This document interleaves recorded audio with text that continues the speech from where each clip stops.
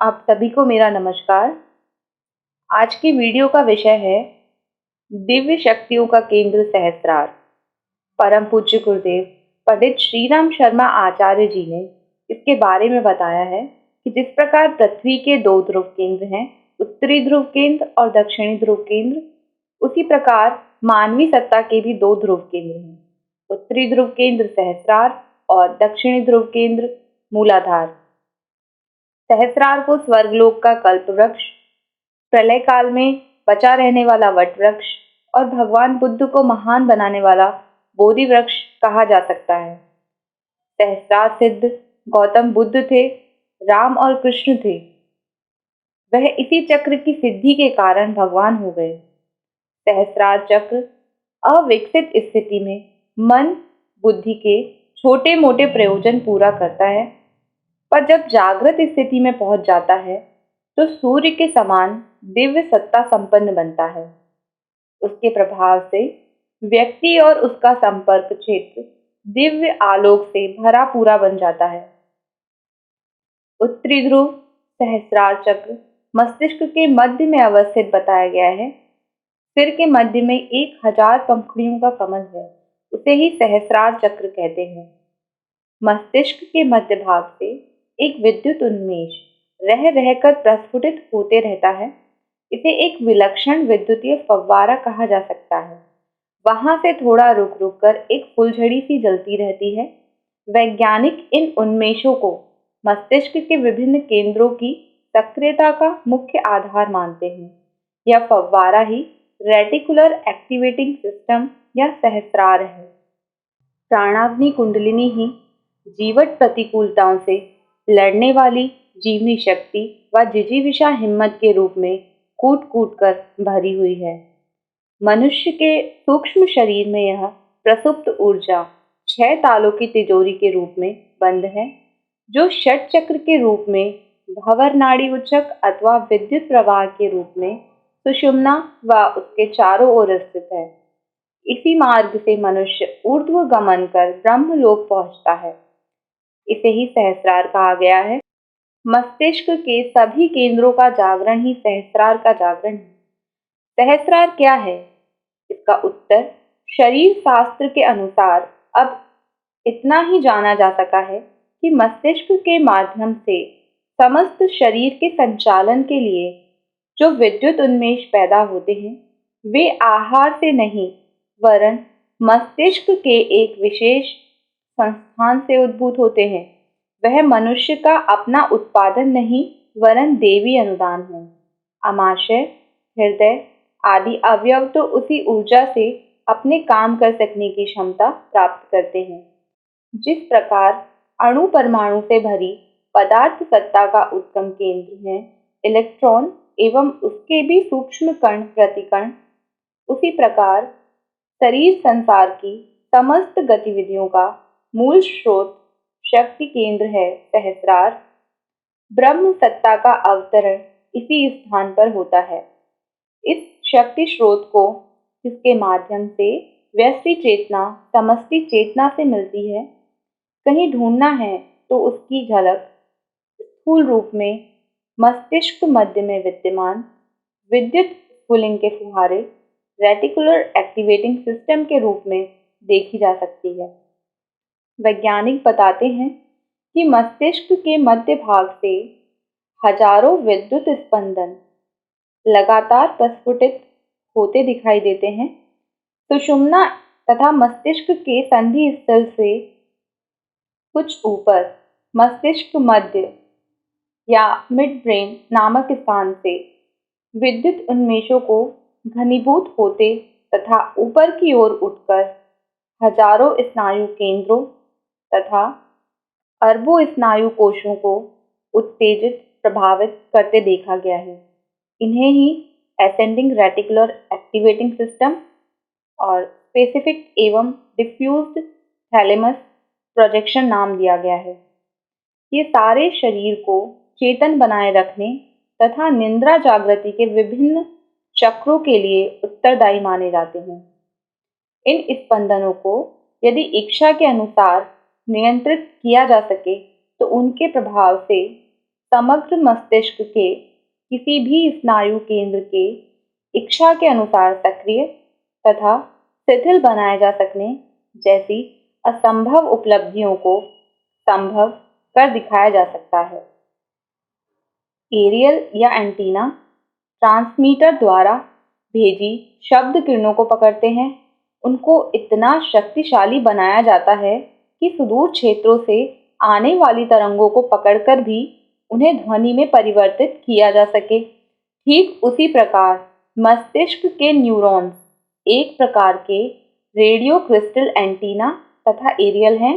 वे ब्रह्मांड में समव्याप्त तरंगों को पकड़ते हैं तथा उस वांछित प्रवाह को सामर्थ्यशाली बनाने वाली ऊर्जा में बदल देते हैं।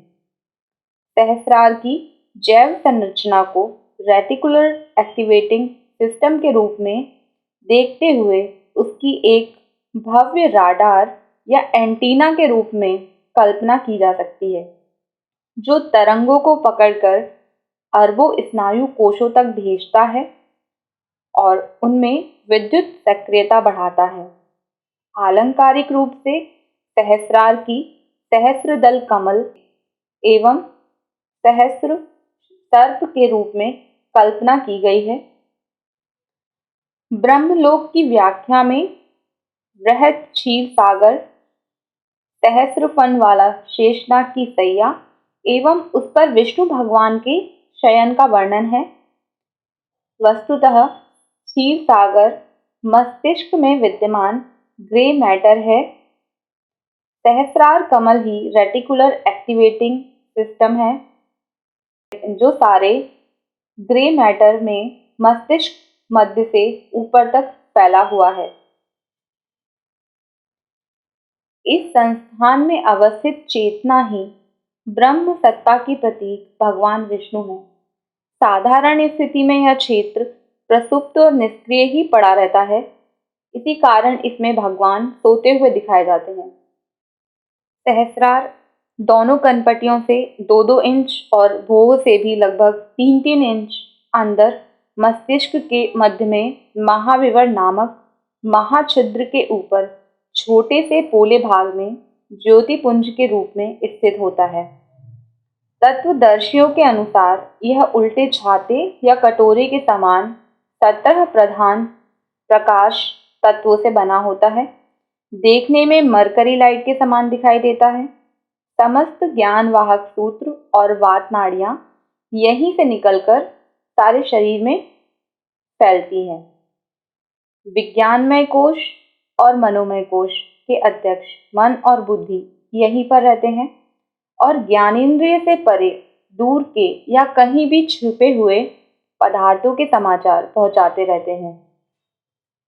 आत्म संकल्प जब चित्त वाले क्षेत्र से बुद्धि वाले क्षेत्र में पदार्पण करता है, तब दिव्य दृष्टि बनती है और आज्ञा चक्र से निकलकर विश्व ब्रह्मांड में जो अनेक प्रकार की रश्मियां फैली हैं, उनसे मिलकर किसी भी लोक के ज्ञान को प्राप्त कर लेती है। शिव संहिता में सहस्रार की 16 कलाओं का वर्णन है। सहस्रार की ये 16 कलाएं मस्तिष्क के सेरिबो स्पाइनल फ्लूइड से संबंधित मस्तिष्क के 16 विभाग हैं, जिनमें से कुछ इस प्रकार हैं: बृहद मस्तिष्क या सेरिब्रम, लघु मस्तिष्क या सेरिबेलम, सुषुम्ना शीर्ष, सेतु, मध्य मस्तिष्क या मिड ब्रेन, पीयूष ग्रंथि या पिट्यूटरी ग्लैंड आदि हैं।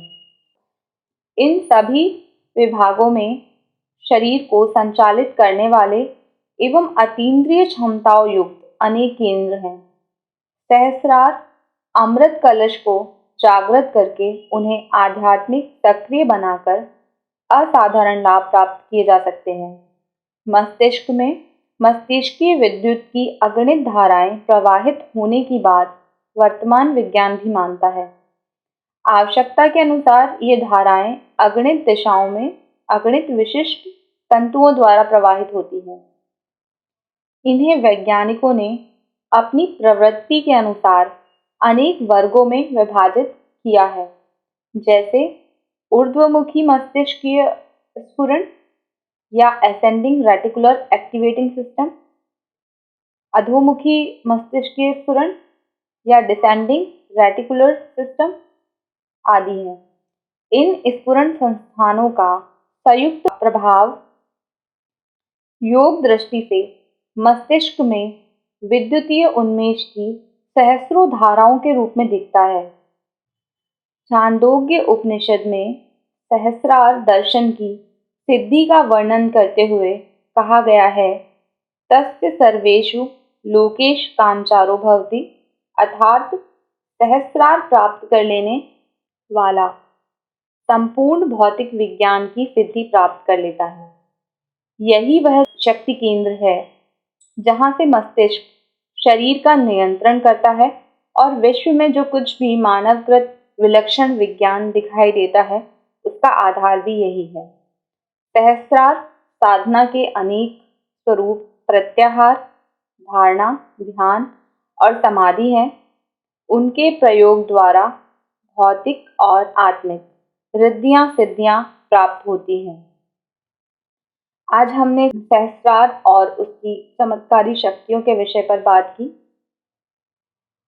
अगर आप हमारे द्वारा दी गई जानकारी से संतुष्ट हों तो चैनल को सब्सक्राइब जरूर करें, बेल आइकन बटन दबाना ना भूलें, लाइक करें, कमेंट करें, शेयर करें। धन्यवाद।